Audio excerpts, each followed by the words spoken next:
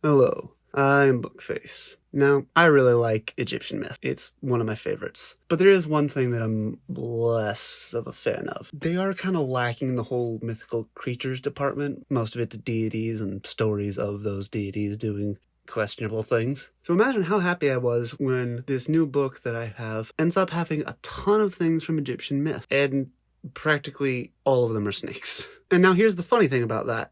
So they're snakes, and that's kind of it, actually.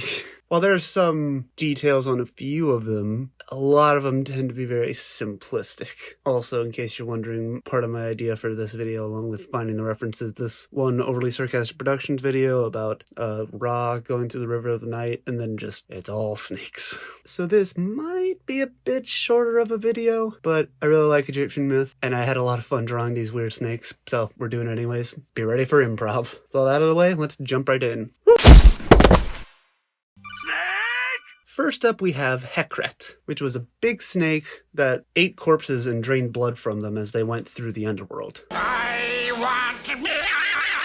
It doesn't say at what point in the duat that you have to worry about it, so I just imagine it's always kind of a threat. No matter how low, the chance of being attacked by a giant blood-drinking snake is never truly 0%. Remember that. Oh yeah, I'm pretty sure there's also another one. I'm pretty sure it's called Akane. I didn't think it was worth putting in the notes, but now I'm thinking there wasn't much to this guy. Big snake, eat corpse, drink blood.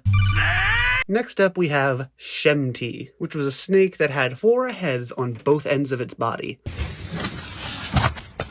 Good evening. The Amphisbaena could never. It was found in the 9th hour of the River of the Night, since it's kind of split into 12 hours. And so, like, I don't really know when that starts, because it doesn't specifically say. Generally, if I had to pick, like, a straight 12-hour period that is going to be night, I'd probably do 8 p.m. to 8 a.m. Because 9 a.m. is a little later in the day, or at least a little bit after the day started. But 7 p.m. is still a little more in the afternoon. So 8 to 8 seems pretty nighttime-ish. So long story short, I'm pretty sure this guy is at 5 a.m. This is the final boss when dealing with your sleep paralysis demons after you've died, I guess, since it's in the duat. And lastly, yes, because we're at the last one already, we have ankh-aapau.